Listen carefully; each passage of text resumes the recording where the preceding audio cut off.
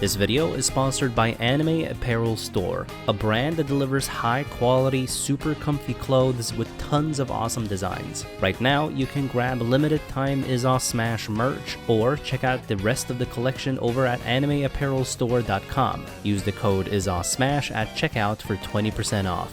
Also, subscribe to this channel, my second channel, IzawPlus, and follow me on my social medias to stay updated on upcoming giveaways in collaboration with Anime Apparel Store.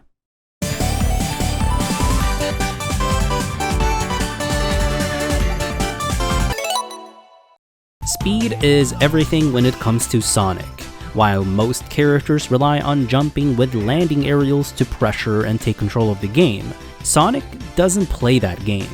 He wants you to chase him so that he can react to where you're landing and punish you for missing your moves. His entire game plan is built around quick movement and reacting to your impatient mistakes, meaning Sonic is a stamina-based character that relies on his mastery of movement to condition opponents into playing more preemptively. He's trying to win the long game, so fighting against Sonic is all about your reaction speed and endurance. A huge part of the game is about gaining a percentage lead and holding on to it for as long as possible. Whoever is ahead percentage-wise doesn't have to be the chaser. They just have to try to react. And for Sonic, that's exactly where he thrives. If he's in the lead, he's dictating the game. But if you're in the lead, he has to start taking risks and rely a bit more on his mix-up approaches. Mastering his movement is what's going to make or break you. If your movement is clean, he will become slippery, frustrating, and nearly impossible to catch. However, being fast on the ground with Sonic is simple enough. What's difficult is learning how to stay fast and mobile while airborne, as one of Sonic's biggest weaknesses is how slow and vulnerable he actually is in the air, unless you learn how to move with Spin Dash and all of its tricks. Another weakness is that he's also a lightweight who can struggle to kill unless he's mastered Edgeguarding or through spin charge forward airs.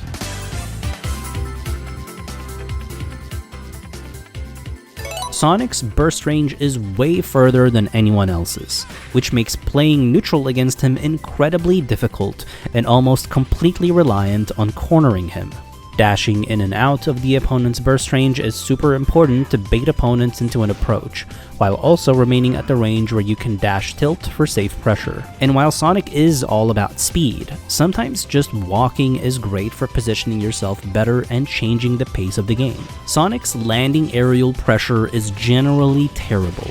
The only exceptions are neutral air and up air, but even those are extremely hard to find because of their low range, unless you're looking to punish spot dodges, regular get-ups, pressure platforms, attempt to juggle landings, or as a rare mix-up. Either way, if neutral air crosses up a shield, it'll be super safe, and landing up air will be safe no matter what, and is always recommended to be followed up by a dash away. Other aerials, such as forward air and back air, have a much bigger focus on anti-airing short hops and full hops. They can work out of shield in some situations, especially with still down air being the fastest option, but Sonic's out of shield game is generally weak, which is why Sonic tends to play a bit more defensive.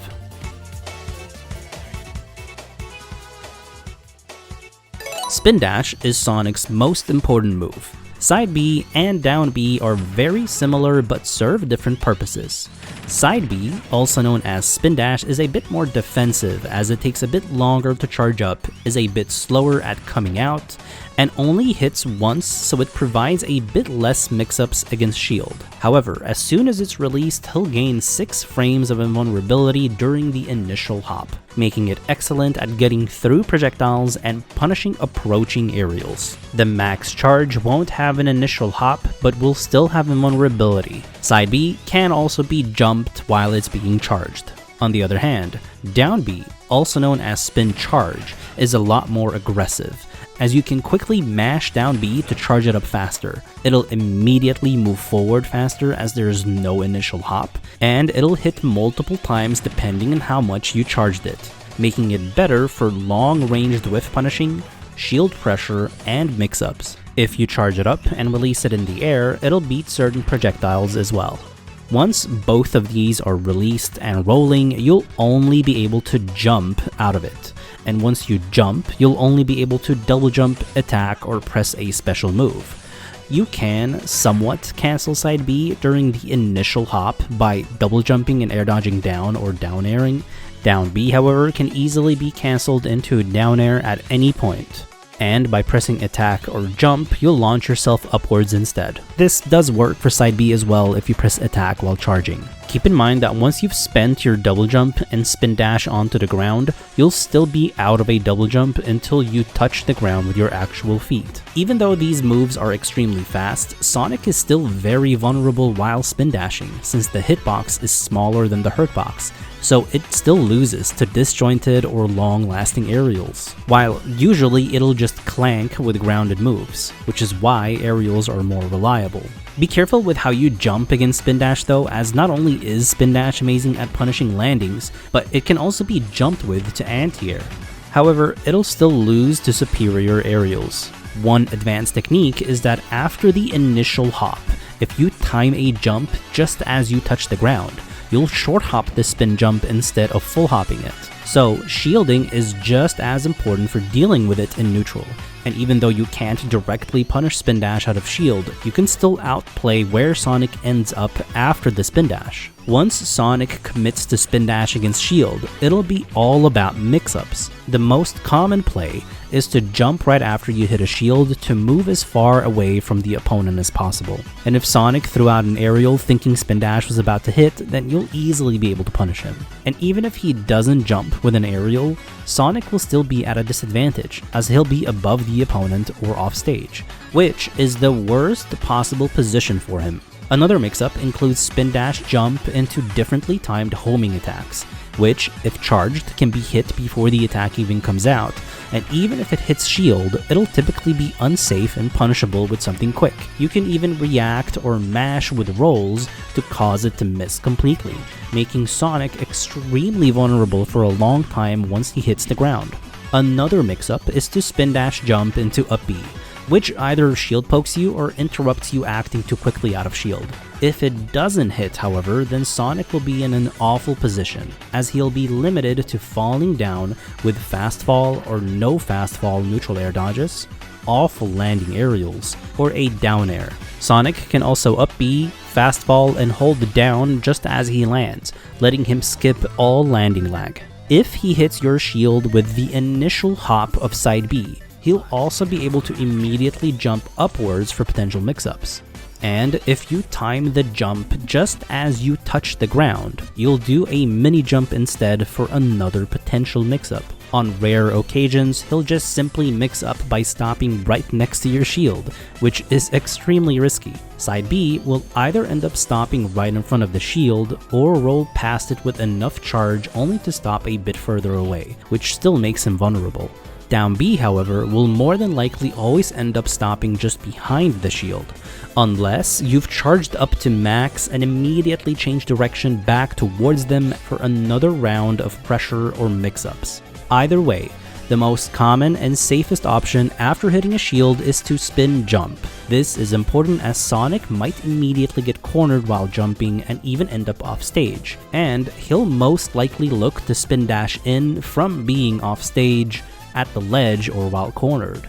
Any of these spin dashes from disadvantage should not be respected with shields. Instead, they should always be challenged, as this is one of Sonic's most vulnerable moments, especially once he spin jumps and then double jumps for a spin dash back into the middle, as he'll be locked into a very specific travel direction with no way of getting out of the spin dash. This is why Sonic might prefer to spin dash from the corners, or play with platforms so that he can mix up his landings after spin jumping. The better you are at outplaying his spin dash, the more he'll be forced to rely on his other specials and normal moves, and those aren't nearly as strong as most other characters. While jumping and shielding is a good counterplay to spin dash, once you're at high percents, you need to be careful with how you jump, as the easiest way for Sonic to find a kill is with a full hop back air. If you avoid that, then he's forced to look for edge guards or commit to more risky setups with spin dash, or close-range neutral airs, or up airs. Ultimately, you'll want to condition opponents into stressfully jumping or shielding against your spin dashes. Once you've done that, it's important to start cancelling your spins and mix up dash grabs, anti-airs, and punish landings to play a never-ending conditioning game that keeps the opponent guessing and turns most situations in your favor. If they aren't respecting spin dashes at all, just stay patient, play defensive, and wait for them to overextend so you can punish them. Also, keep in mind that homing attack can be decent at punishing exceptionally mashy or jumpy opponents as well, and will lock onto opponents from Sonic's burst range, unless Sonic is turned around, in which case the range becomes much shorter. Be careful though, as it can still miss if the opponent fast falls or moves. If you hit homing attack around the corner at mid%, you'll be able to follow it up with a fast fall back air if they mash attack to go low, or double jump back air if they double jump for a 50-50 setup. In fact, back air comes out fast enough to immediately punish any air dodges. This means that you can spin dash into a reverse neutral B and attempt this 50-50.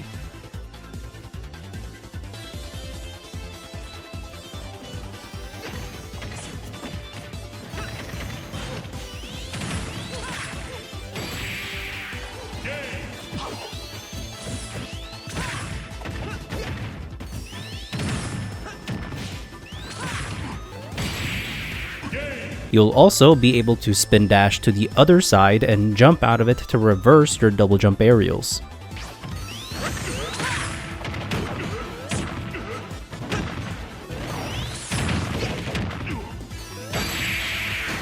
One extremely important advanced technique for Sonic is spin shot. The input is simple, side B to A. However, it's a frame 1 input. One way of explaining it is that the timing of pressing A after side B is as if you're strumming a guitar string. Press A too early and you'll go up. Too late and you'll waste your double jump, meaning it's extremely risky if you haven't mastered the timing. It is an amazing option though in disadvantage and great for getting around projectiles. This also works for spin charge, by mashing down B while airborne, then releasing the control stick and jumping at the same frame. Another advanced technique is spin charge into C stick down. This is an easy execution and the best way to fling yourself off stage as quickly as possible to edgeguard opponents deeper than usual.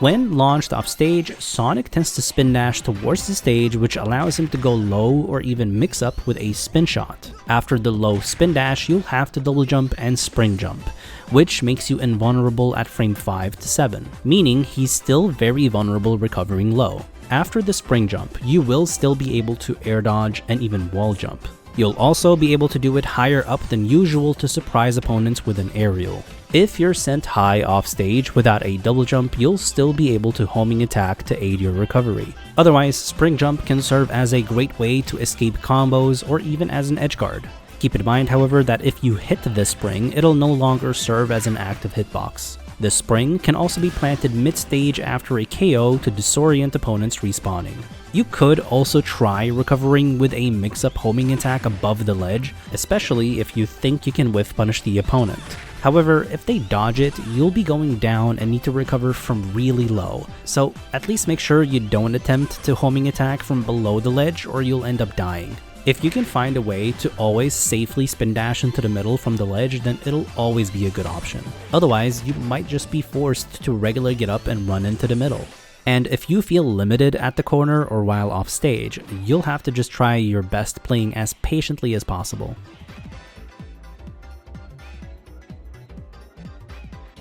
The rest of Sonic's moveset is used for specific situations and works as a necessary complement to his overall game plan. Jab is a fairly safe poking tool, and the last hit will be somewhat long-ranged and even push shields, making it a little harder to grab. On hit, it can set up for tech chase situations into spin charge or dash grab. Forward tilt is solid out of shield, great at quickly whiff punishing and catching landings. If you space it well, it might be safe in certain matchups. If you pivot forward tilt, you'll only hit a single hit to set up for a tech chase. Down tilt is also typically safe if spaced, and forces the opponent into a reaction.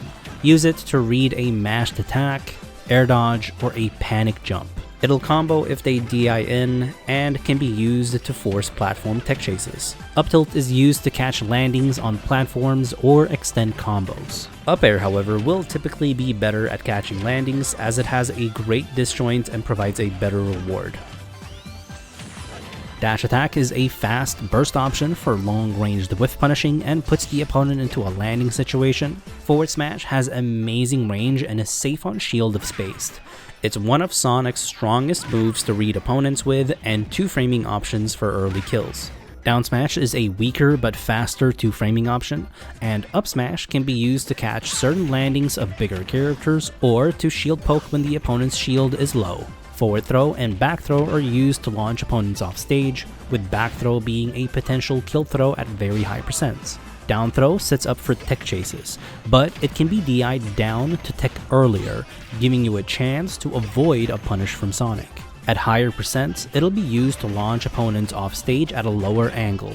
And up throw is a combo throw at low to mid percents, simply leading into up air, neutral air, or forward air.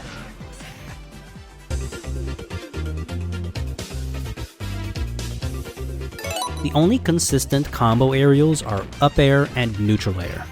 Forward air might combo on DI in at low percents, but against DI away it won't lead into anything. At low percents, up air leads into multiple aerials, and you'll be able to extend the combo further using platforms. You can finish things with back air and in some cases follow it up with neutral air, unless the opponent DIs away. At higher percents, up air will lead into spring jump aerials for combos and kill confirms. And you'll also be able to hit a single hit of up air into grab or up tilt.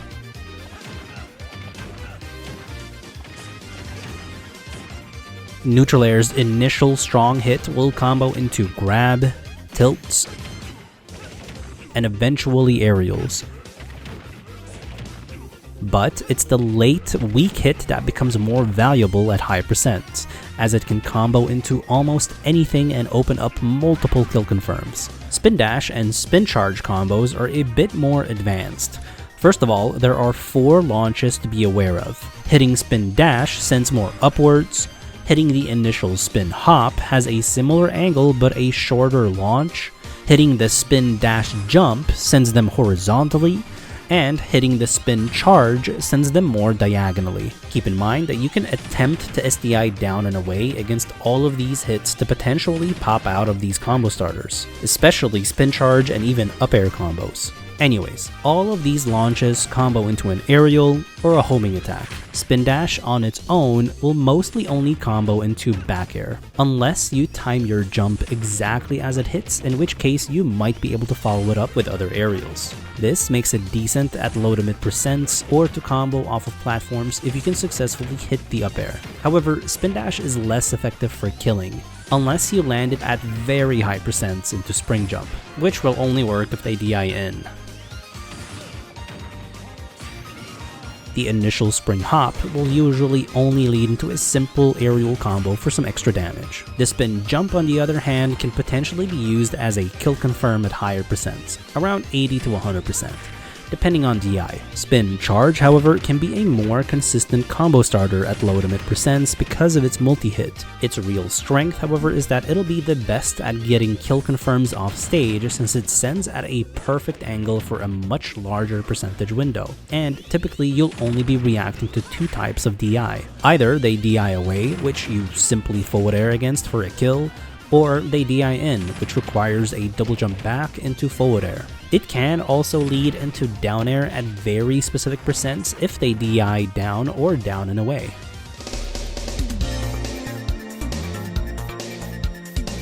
Sonic's edgeguarding will be one of the most important ways to secure early kills. This is one of the reasons why Sonic should be launching you off stage a lot more than attempting to send you upwards. Whether you're edgeguarding through back airs, forward airs, down air spikes, springs, homing attacks, run off stage and spin dash towards the ledge, or even forward smash 2 frames. Sonic is also able to go really low for an edgeguard and immediately also go high because of spring jumps. And homing attack can be great for edgeguarding specific recoveries which are slow or linear.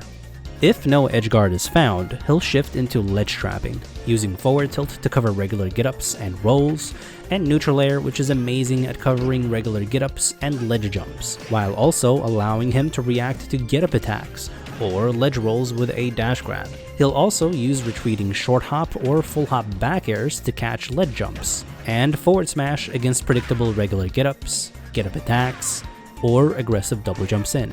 Most importantly for Sonic, however, is to not allow the opponent back into the middle stage, focusing on covering grounded ledge options and then attempting to catch landings after a ledge jump is already a strong strategy, especially with how good spin dash and spin charge are for punishing landings. Either way, Sonic will try to wear you down, tire you out, make you impatient, and capitalize on your lack of understanding of where he'll end up after a spin dash. So, stay focused, stay patient, and learn how to keep hitting him after spin dashes. Turning his strongest move into a weakness is how you break Sonic's endurance and make him feel limited.